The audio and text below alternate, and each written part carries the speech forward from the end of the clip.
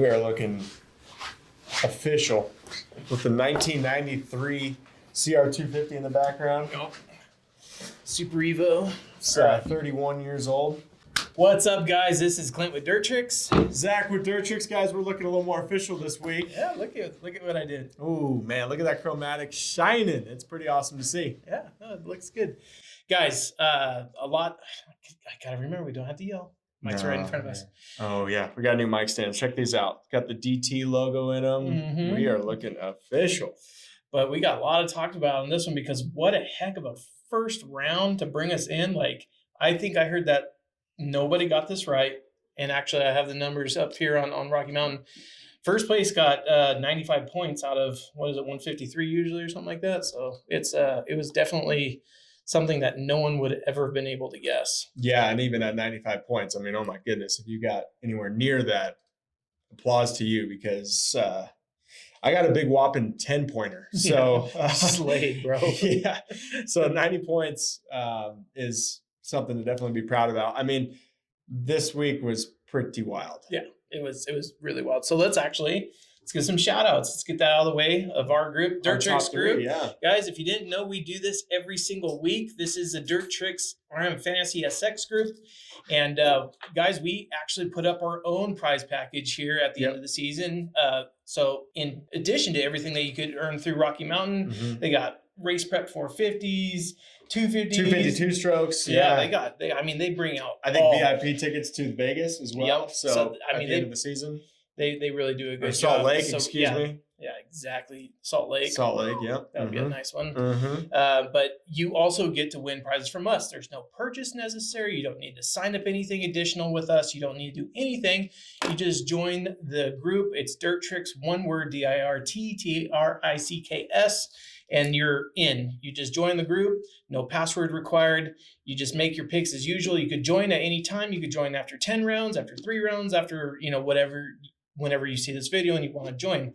That being said, guys, we got some shout outs. So every week we like to shout out who got the top 3, the podium finishers, if you will, in our group. Yep. And we're going to start off with Mike OCK because I'm not going to fall for that, Mike. Not going to fall for that. Yeah, come on, Mike OCK. Mike OCK. He's in first place. He got 55 points, so good job. Great job, Mike. Johnny 01 coming in with 50 points. 50. Oh, yeah. Wow. Okay. And then Ford 323 in third place with Ford another blood running strong. He's in third, but I imagine he's only third because he made his picks after Johnny made his. Yeah, because it's a tied points at, is that 50? They're both 50. Perfect. Yeah. Okay. Yeah. So it's nice. kind of a dual second place tie. So we give honorable mention to Zay424, and I actually know who that is. So good job, Zayden. Yep. Great job, Zayden. Anyways, so heck of a race. A lot of people got their picks wrong, including you. Take us off. What happened, bro? Yeah, I kind of read it a little too much. I wanted this whole story to play out, and it didn't quite play out exactly. The heat race was a good little. Going towards my story, I thought it was going to play out just fine. Jett kind of, got pressured from Cody Webb early, went down. Cooper Webb. You keep doing that. You're an enduro guy. I get it. Shout out to Cody Webb. Yeah. Yes.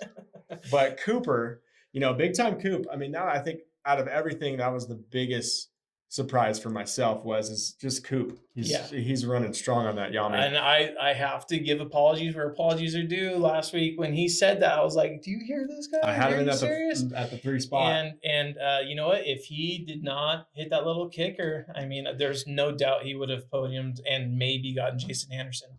Yeah, I think he would have got Endo, and me being biased, I think he would have got Jett as well. We saw the precursor in the heat, So we shall see. Here we go, and I'll put this up on your screen right now too. The facts don't lie here. So Jett finished obviously first place, but here's what we really got to break down, guys. Do you see this gap right here between first and second? So obviously, I'm not going to take anything away from Jason Anderson. He ran a great moto. The gap, guys, 7 seconds. Okay, now the gap between Jason Anderson and Chase Sexton was 1 second, but Jett had a full 7 seconds on them. Jett was running his moto. Yeah. These guys, I really, that's what I stuck with after our first picks. I knew Jett was going to come out swinging, and it's unfortunate what happened to Coop, but I don't think he would have got Jett. But I think it would have been one of those maybe nail biters in a whoop section, because I got to give it to Coop, man. His whoops looked amazing. I think he's really gelling with that Yami again. And then since he's been on that team, the Yamaha has gone through a couple different frames. And I think this one, again, with Tomac showing us the way, I think it's a comfortable bike. And Webb is looking just strong. I mean, to come out A1 like he did, I mean, I think Jett's got him kind of in the back of the head saying, oh, man, I thought ET3 was going to be my biggest challenge. Webb might be. Right. It was kind of status quo. Obviously, a lot of people going down. A couple of our riders, shout out to Logan Carnow, foot was pointed the wrong way. Dude, that's been all over the social medias. I'm not going to show it on here just because it is graphic, but it's not hard to find, guys. Motocross Action Mag has a video on their Instagram. Shoot, everyone. So does Logan as well. But it's terrible to see that, man. I hope you're feeling better.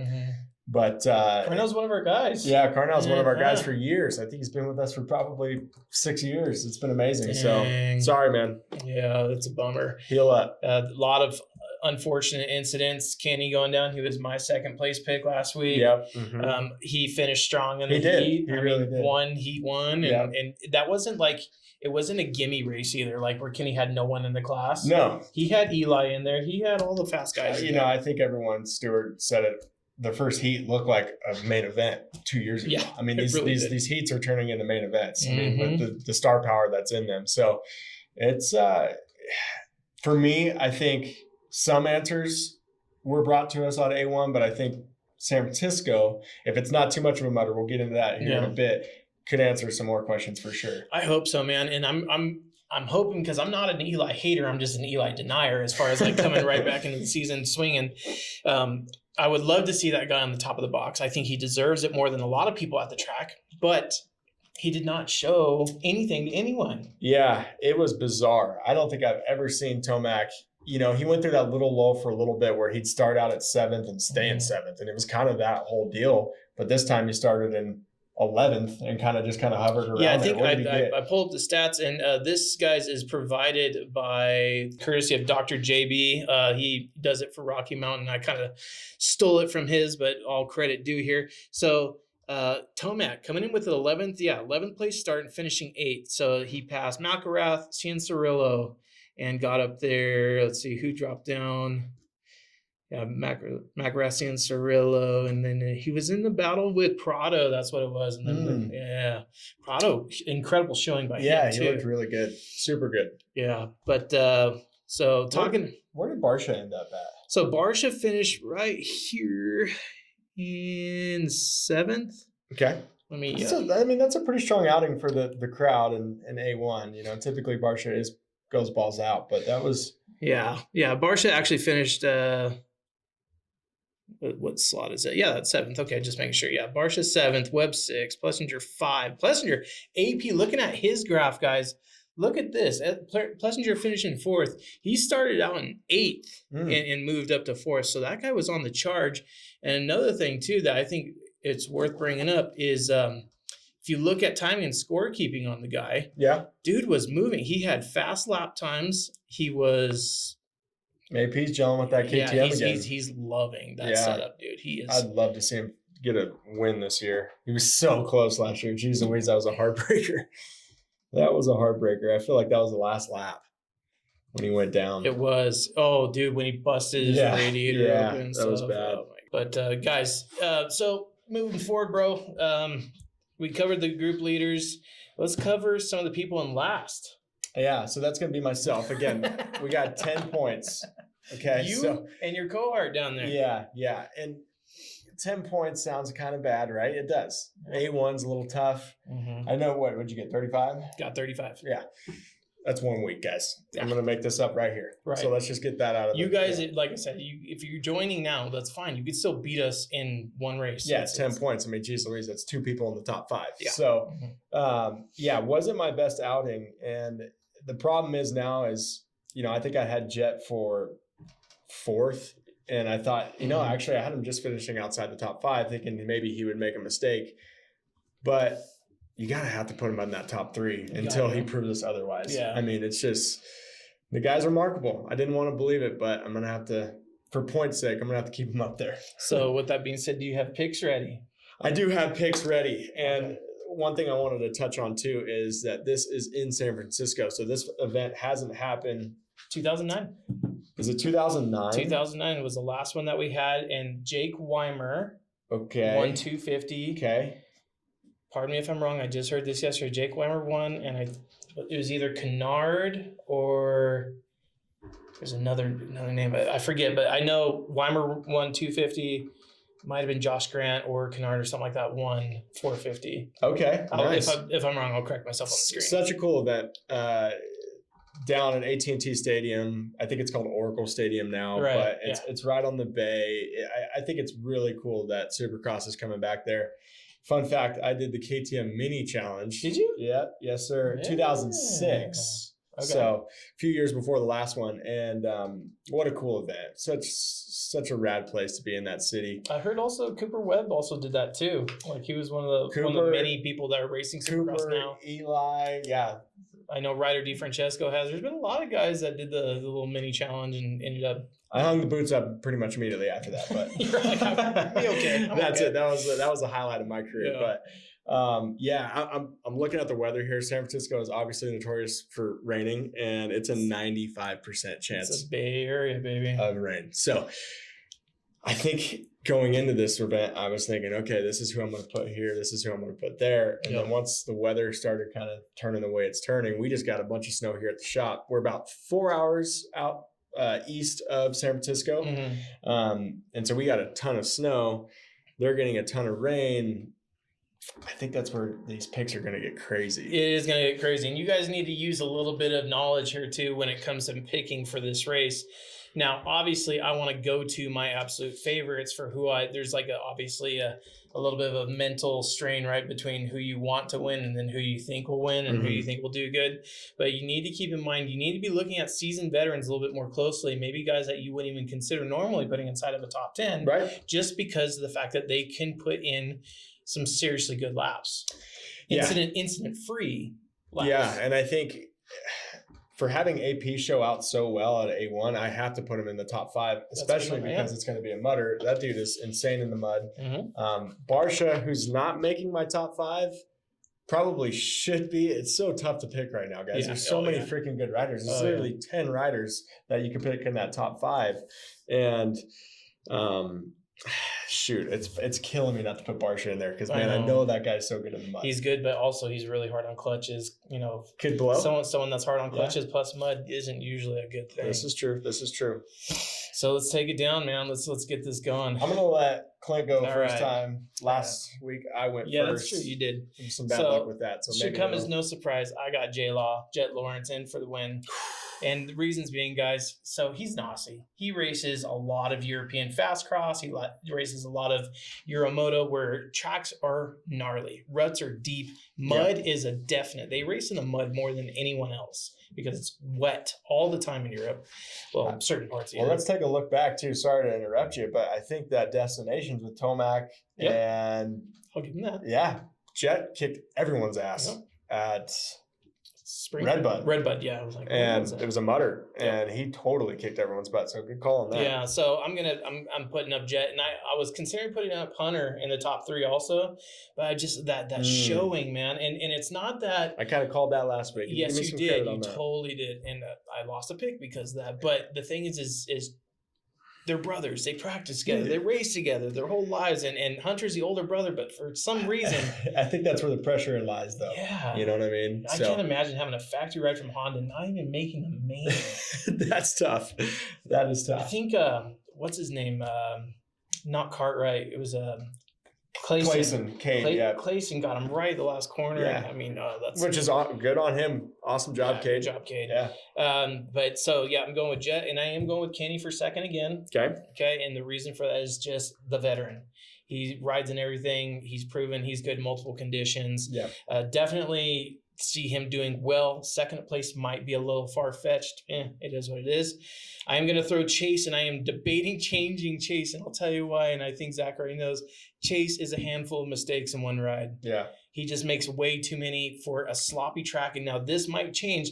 I am going to San Francisco, and I hope to see a lot of you guys there. Yeah, make sure you stop by. He's going to have stickers, right? I'm going to have some stuff in my bag. I'm not going to tell you what's in my bag because I don't want my bag to go missing. But I got some stuff if you hit me up. Good call. Chase is just, he's unreliably fast. And you know exactly what I mean. To this guy rips. He is super fast.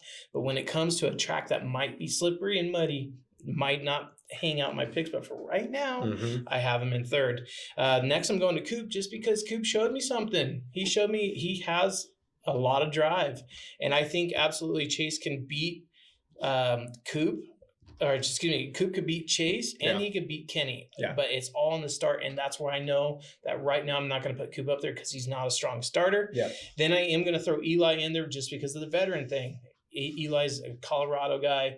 He races. He's been racing. We're kind of going on a limb right there, right? Just because last week he didn't show us hardly anything. So, but also I believe. But it is ET3. I believe that the panic button got pressed overnight though with that factory when they're like, Eli, you qualified here and you started here. These results don't lie. You need to pick it up. Yeah.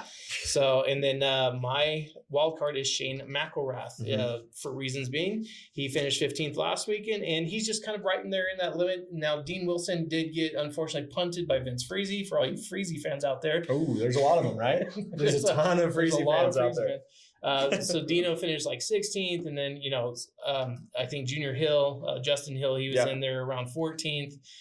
We got a lot of fast dudes that are back in there, and it's just going to come down to who I think is going to make enough mistakes to stay in 15th and not be fast enough to. True. So that's kind of what I'm like. There's always that game, right? There's like 2 laps left. You guys sitting in the spot, and you're like, "Don't go any faster. Don't go any slower. Just stay there. You're in the top 15. Just hang out, make it good." So McElrath is going to round out my top 15. Perfect. Yeah. Well, those are great picks. Actually, this week we have a few in common, I believe. Okay. Yeah, at least 2. So that's pretty neat. Again, last week I had the whole story going on with Jett. I got to throw all that out the window now. It's done. Jett's my top spot. Yeah. Jett's my top spot until he's proven otherwise. I just can't afford to lose any more points. No, you can't. So I know everyone's picks Jett. That's where I'm going to go with. The guy rides a motorcycle. You call me a bandwagoner. You definitely are. And now I'm a bandwagoner because I'm picking him first. Look at the Honda right here. So, yes, I got Jett up front. Good. As long as he doesn't make any mistakes, he'll win. And that's just pretty much how it is right now, which is wild to say after his first Supercross. Again, he takes the record for the first time ever being on a 450 big bike class to take a win first Supercross. Yep. Again, to me, that rubs a little bit wrong just because Jett did race a few of the SMXs last year on a 450. Yes. He raced all of outdoors, so he knows the bike. Anyways, he's amazing. Yep. Jett front. I got Webb in second. Solid. Solid second. It really depends on how muddy this thing gets. Yeah, it really does. Because if these picks can go real south real fast, if it is extremely muddy. Yeah, those Yamahas need a start, though. They need a dang start. Yeah, and Webb is, I can't even remember how well he's done in previous mud races.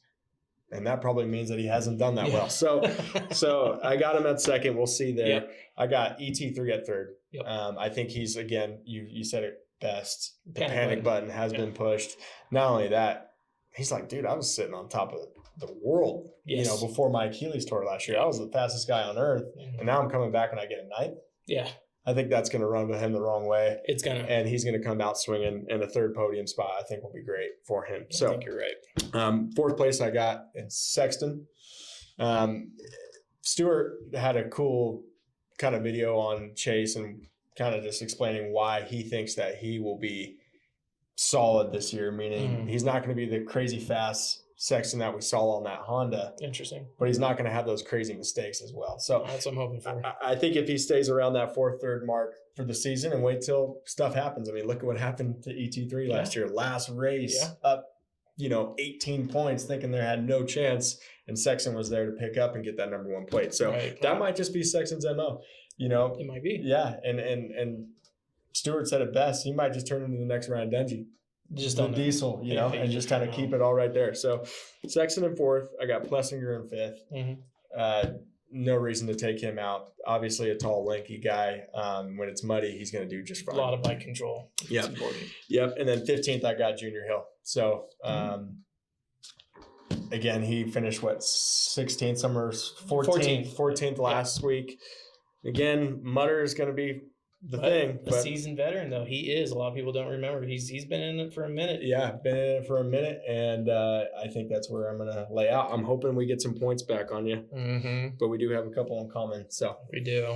And, yeah, again, man, I think the hardest thing to just right now to ingest, if Webb did not go down, like what would have happened? Because I want to say, guys, I more than anything right now, I'm a huge Roxon fan, hands up, okay? But I want to see a Jett Webb battle. Webb, out of everyone on the racetrack, is the dude that no one wants to battle with. I don't know what it is. It's been that way for a long time. Whenever ET3 and him got in the scuffle, whenever Rox and Ando, they all kind of bow down to him for some reason. I think it's just because he's a bulldog, man. He might be a tiny dude on, off the track, but as soon as he gets that bike, it seems like everyone kind of pulls out of the way for the guy. Well, if not, he'll make a way. And he'll make a way, and I think him and Jett, I think that's going to be a pretty cool dynamic, and I agree. I hope that does happen. I just want to see it. I can only imagine, because one thing that I haven't seen yet is a really good bar battle with Jett. Like, it just hasn't happened. Last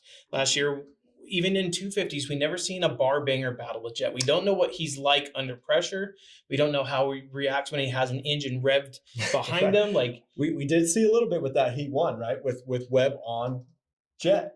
Oh, okay, yeah. And Webb did make the pass. Right. And Jett did make the mistake, and he went down for a brief second. So, that was the weirdest crash ever. He just kind of rolled off onto a tough block. To me, I think I just called it a week early, but Jett's going to have that happen. This is the big of the big dogs. Yeah. You know what I mean? These guys are coming out swinging, and it's not every week that Jett's going to be the fastest guy. It's just not. It's just not the way it happens. So as long as Jett takes a mature look at everything and not just going to think, I need to win every single race. I need to prove to everyone that I'm the fastest dude. He'll be able to hang in. But I think there's a little bit of that going on. I think as soon as he starts getting past, those mistakes start piling up. And that panic sets in. It does, where because you're trying to go a little too fast. Again, like you said, he's been almost coddled in a sense, because he literally kicks everyone's ass. Yeah, always. Yeah. And until that changes, I think it's going to be a pretty neat season, especially from what we saw at first. I mean, it's going to be awesome. I'm looking forward to it, man. I'm really looking forward to it, and I really hope to see just have one or more of these that a Jett Webb battle goes down. And if I had a prediction of where that's going to happen, I'm saying it's going to happen in Arizona. And I'll tell you why. Because I know for sure Coop traditionally loves Arizona. Not Texas so much. He went down in Houston with that huge front flip that 1 year, but he loves Arizona. Yeah, there's something about that dirt. Yeah, it blue grooves, and he does good in it, where I have not seen Jett do too good in blue groove stuff on a 450, so we'll see. Yeah, I think that's a good call. But guys, anyways, we need some serious participation from you on this one. Please share this with your friends. Text the link to a buddy, something like that. Get them involved, because we want to give them a chance to win this stuff too. And if anything, gives you guys bragging rights when you're saying, hey, you only got 10 points last weekend, bro? Check me out. I've been hearing that all week at the office. So again, it's free to play. You're already on Rocky Mountain Fantasy. Go ahead and join our group. It's dirttricks, all one word. We're trying to get to 200 members. Last year we were about 120-ish. And again, we're giving away awesome stuff at the end of the year. So it's free to play. It's free for you guys. Please join. Yeah. Again, share it all. And every week we're going to keep coming. And we're doing some bench racing. We're going to get some people, some calls on the line. Once we get some more further top 3 established. And we think that's fun. So participate with us, guys. And we look forward to keep doing this. Thank you guys so much for watching today. And we'll see you next week. And we'll have a lot to talk about. See you guys. Bye.